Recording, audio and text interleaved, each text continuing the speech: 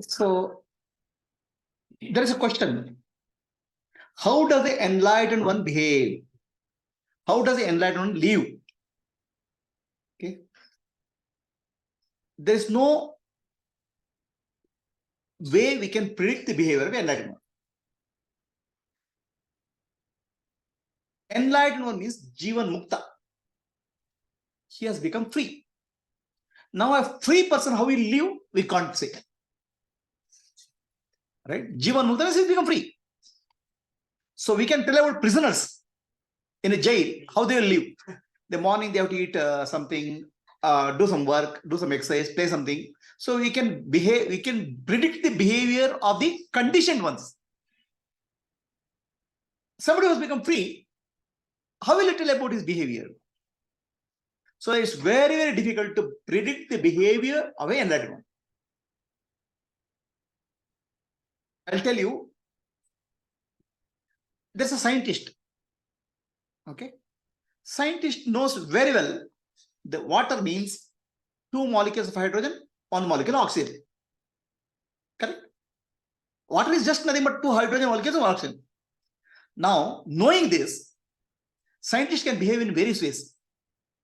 He can take water, take hydrogen out of that and run a car, fuel. He can use the water for creating a fuel. He can use that water to find out what is subatomic particles and find out the reality of nature. He can make a cup of tea also and drink. No, he'll not say, no, just because it's hydrogen oxygen, I won't drink tea. He'll not say that. Right? He can look at water from various ways, various angles. So now then he'll not be indiscriminate also. Just because water, coffee is also water, and gutter is also water. He'll not drink gutter water. He'll use his discrimination what to do. Now, if I'm saying scientist is enlightened about water, his behavior can be very different. So he can say, alcohol is also water. Content is there. So let me drink alcohol. He may not. Or he may drink alcohol also. So, but for a common man, water is water only. It's not hydrogen or oxygen. Using water, he cannot create a fuel. He is stuck to the viewpoint. Whereas a scientist, if he is enlightened about water, his viewpoint, you cannot stuck. It's a range. He can operate from any viewpoint. Right? So similarly, a Jivan Mukta means he has become free from the conditioning of life. So most of the people, our mind thinks in duality. You are either this or that. Understand? Our mind only can think either good or bad. Jivan Mukta is this or that. So Jivan Mukta is this or that and that simultaneously. Understand? He is actually everything. And he can operate from any viewpoint. So that is the beauty of Jivan Mukta. He is free. He is free to take any viewpoint, operate from any viewpoint, but not stuck to any viewpoint. But we want, our mind says, okay, Bandham is like this, Jivan Mukta is like this. We want it?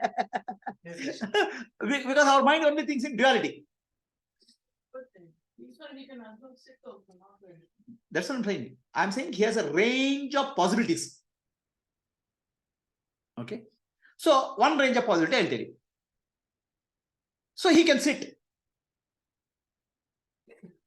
I'm not the body, I'm not the mind, I'm not the intellect. World is mithya, unreal. Body is mithya, world is mithya. He can sit in pure awareness. That's what Ramana Maharshi did. He sat in a temple and ants started eating the body. Pain is there for body. I am not the body. Body is mithya, world is mithya. My Guru Ajja used to sit one place, not eating food, not taking water, and not sleeping also. So at that time, one Muslim boy used to come and forcefully feed him some milk. So that's what Mata Mata did. She used to, I'm not the body, I'm not the mind, I'm not the intellect. Whatever has to happen is God's grace.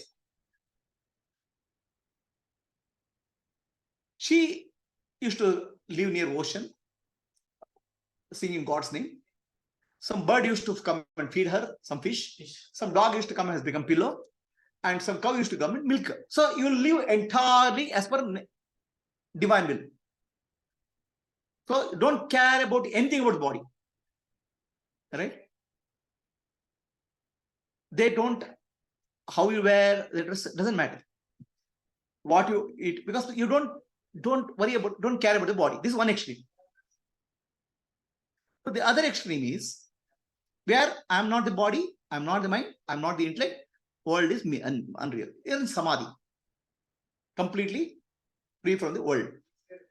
The second thing is, you come up out of samadhi, the world appears. So what is your relation to the world which has appeared? I am the world. Okay? If I am the world, there's overpowering love. If I am nobody, there's overpowering peace.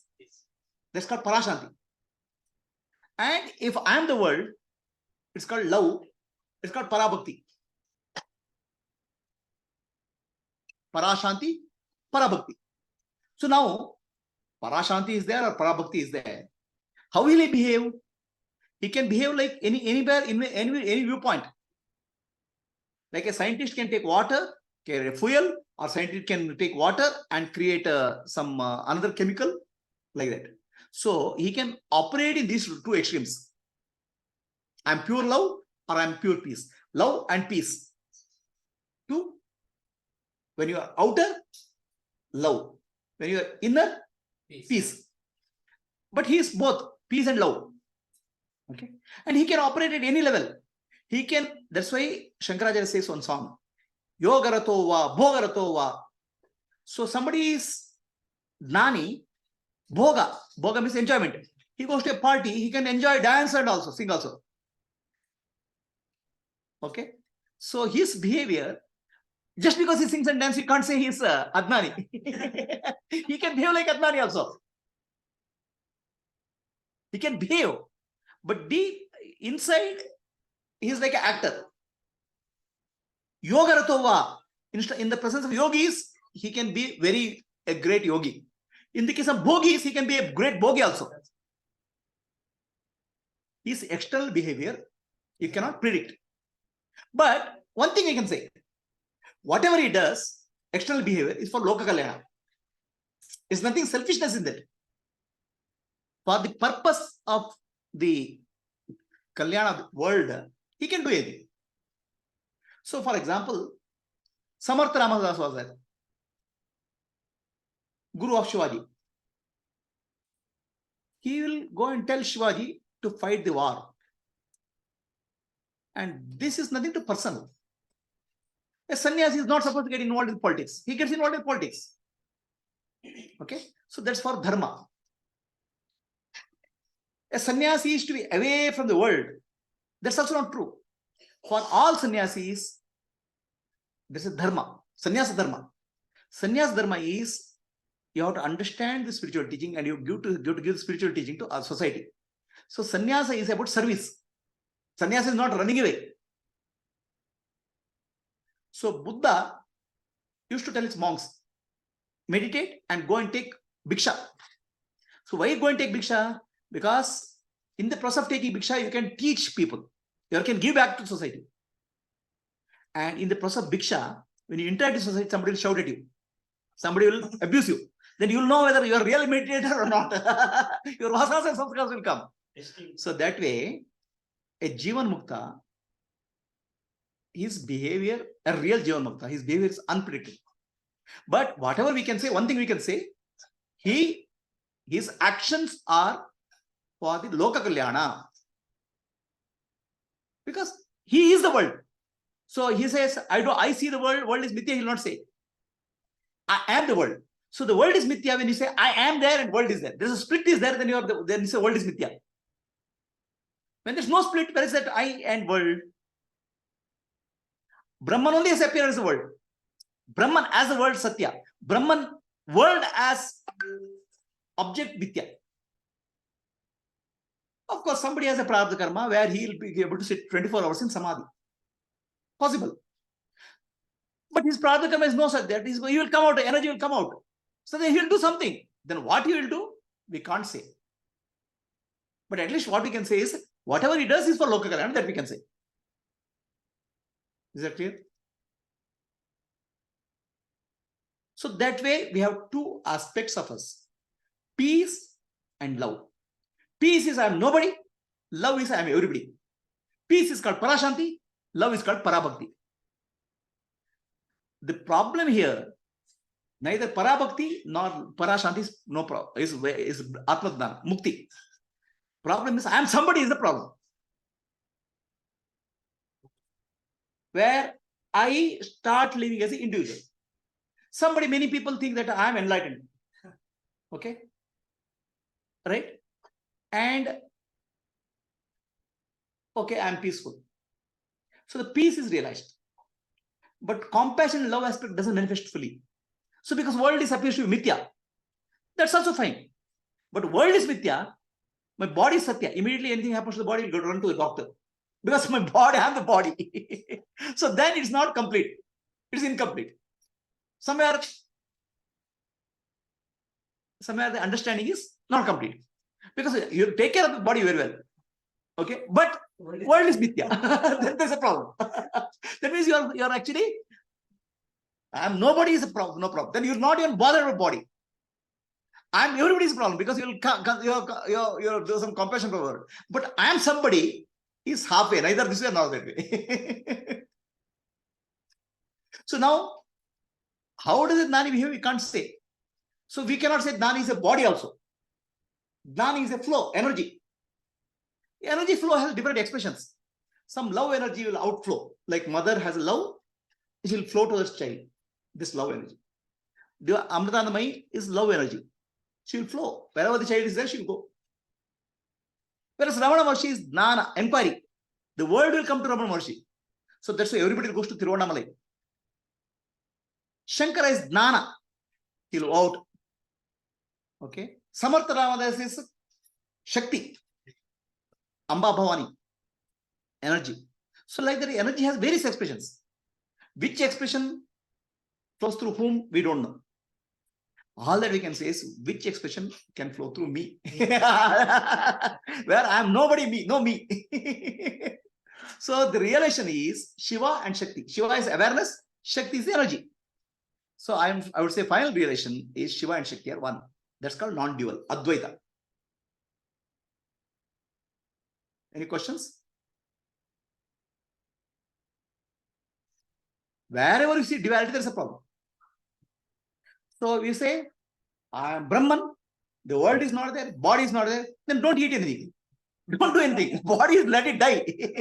That's perfectly all right. That's perfectly all right. Okay. So no, I am the world. So I'll do service, compassion is there. That's also fine. But in between somewhere is a problem.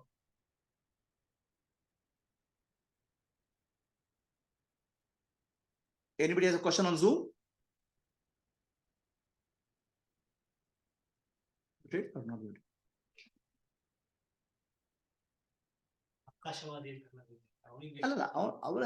What I'm saying is, my relation is two extremes. One is total love, it's called Parabhakti. Total peace is Parashanti. So Parashanti and Parabhakti is Shiva and Shakti becoming one. That's called Advaita, non-dual. So in between somewhere is the problem. Shankaracharya is a great Advaita, but he sings so much beautiful devotional songs for the Divine Mother, Shakti. So many people think that, okay, if it's Jnani, no devotion is there. So Shankaracharya is Jnani and devotion. Parabhakti, Parashanti. Sri Krishna is Purushottama, full of action, full of love, full of compassion, full of wisdom. That's total personality, total. That's why it's called Purnavatar. But what happens? We think our mind only thinks in what's called. We have a split personality. Either this or that is. If he's a Jnani, he can't do this. If he's a Jnani, he can like that. So our mind only starts thinking some split mode, duality mode. A Jnani has a range of possibilities. Whether he operates them, I don't know. But ultimately, whatever he does is for Loka Kalyan. He may not do, I'm not saying all Jnanis will go and teach the world, all Jnanis will go into something. But what I'm saying is the inner feeling of a Jnani is full of love when he sees the world. Inner feeling is full of compassion. That's called Parabhakti, Parati. And he sits in Samadhi, is Parashanti. Parashanti and Parabhakti are that there are two faces of the same reality, Shiva and Shakti. That's called Advaita. Always you have a problem with limited love or limited peace. That's the problem. That's called when I'm somebody. When I'm nobody, is Parashanti. When I'm everybody, Parabhakti.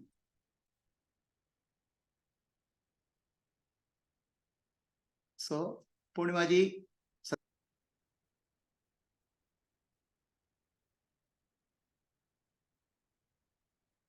in the range of these two.